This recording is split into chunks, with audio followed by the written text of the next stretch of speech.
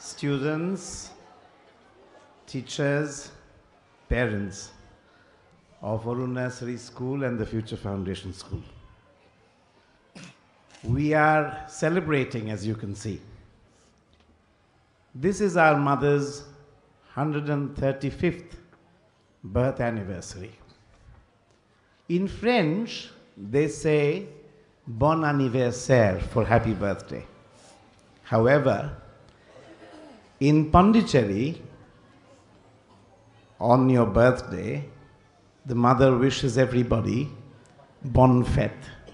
Fête means festival.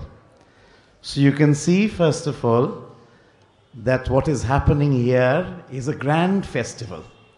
A festival of the 135th birth anniversary of the mother. We started on that festive note with the children of Arun Nursery School. We ended on that festive note with teachers and staff of the institution.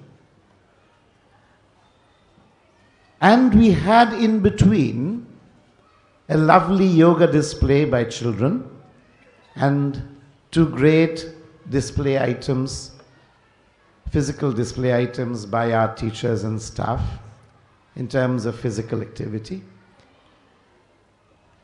I'd like to say to most people here, barring maybe a couple of people, you have probably not met the mother. I saw the mother when I was in class 7. It was in the month of January, and I did not have a prepared mind as to what I would see and who I would see. And I got to learn that her name was Mira Alfasa, just as was recounted here, and she was called the mother. I met her, and I have never seen before or thereafter anybody more beautiful. That was my longest and most lasting impression of her. I don't mean beauty in the sense of divas. You get to see them in movies, you get to see them everywhere. But this was a kind of surpassing ethereal sense of beauty that pervaded her.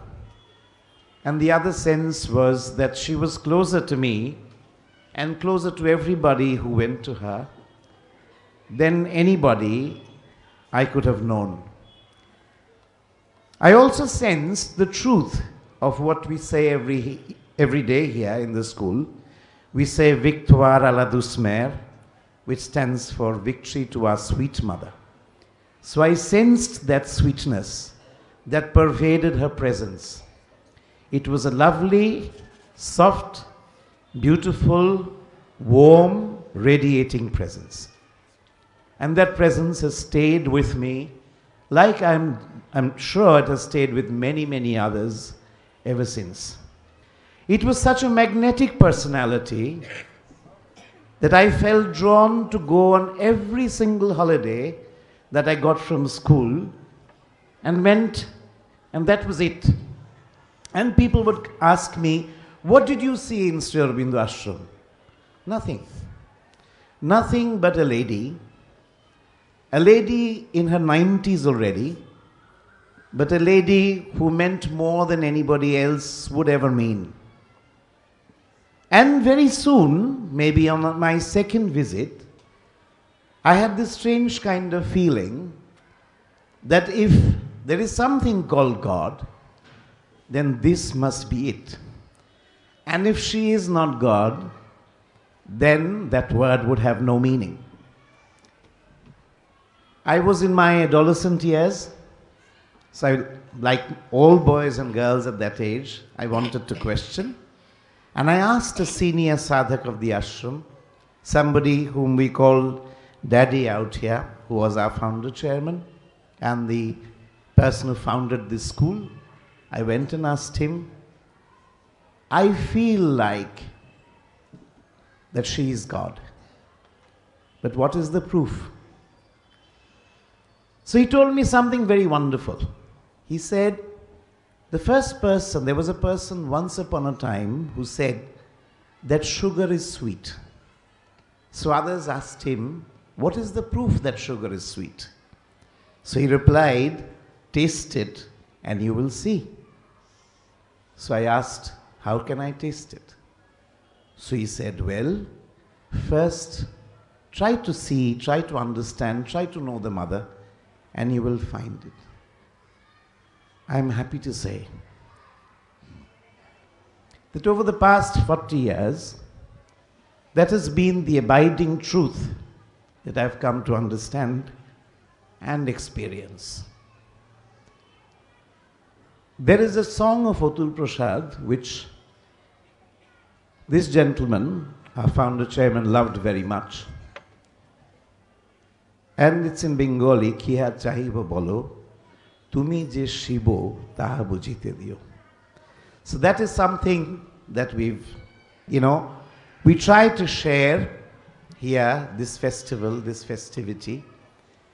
And I've kind of spent, like many others have, a lifetime with the mother. And it's been, believe me, and it continues to be a very enriching life in more ways than one. Moving on, I think it's important to understand a little bit why the teachers put up this display. You will understand and appreciate that our teachers and staff are by no means athletes. That was visible, that was understandable. Why do we do it then? Because one thing the mother said was that, the entire yoga, the effort that she put in through her lifetime, and the effort of Sri Aurobindo through his lifetime, relied on a simple truth that one has to prepare the body for a higher level of consciousness. That is exactly what we have been attempting here. And this year onwards, I'm happy to tell you that we have encouraged all our staff and teachers, everybody who's here, to spend half an hour every day in physical activity. A sampling of that you got here today. So it does not make anybody an athlete, but it just shows that we are trying to follow a little bit more of what the mother wanted us to do. I would now want to move a little bit to something which I felt like sharing with you today morning. And you probably know, because you're parents of the junior school and children here who are, we are introducing French in class 1, and that connects deeply with the philosophy and the spirit that we follow. Because the mother wanted to be spoken to, if possible, at least read in French, because her original writings or whatever are in French. So I'll read a very small prayer written on the 3rd of January 1914 in Paris, just before she would leave for her very fateful voyage for India. Il est toujours bon de regarder de temps en temps en soi et de voir qu'on n'est et ne peut rien. Mais il faut ensuite tourner son regard vers toi en sachant que tu es tout et que tu peux tout. Tu es la vie de notre vie et la lumière de notre être. Tu es le maître de nos destinées. So the English translation of this is, and that's what I felt like sharing with everybody standing as we are at some kind of crossroads in this institution.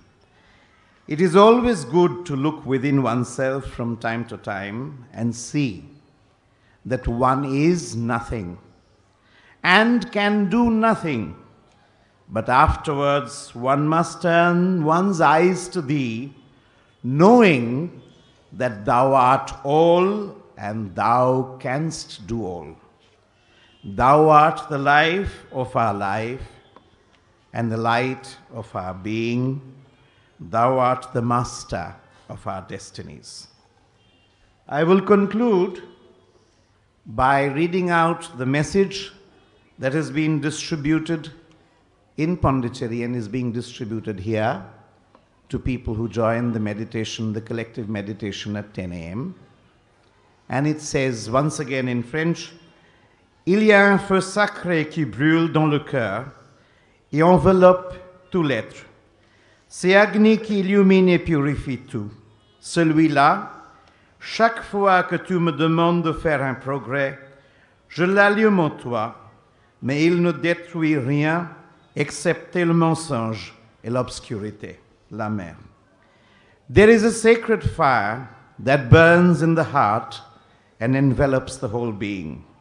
It is Agni who illumines and purifies all. I kindle that fire in you each time that you ask me for some progress, but it destroys nothing except falsehood and obscurity, the mother. I thank and express my gratitude to all my colleagues, to the parents and the children of the schools for enabling us, enabling me also to celebrate my mother's birthday, the mother's birthday. You see, I can't help but sharing one of the last things my mother said, and something she kept on repeating, and now I refer to the founder principal of the school, the person we call Joya, the Joya Mitter. She used to say, my son will never lose a mother because he always will have one. So that is this mother, the person we call Dusmer, sweet mother. Today, as we proceed at 10 o'clock, we will have the collective meditation around Sri Aurobindo's relics, followed by a distribution of these cards, which have come from Pondicherry, followed by songs by Srimati Sraboni Shen. And in the evening, we will have an offering of paintings done by lady artists, consecrated to the mother in our gallery La Mer.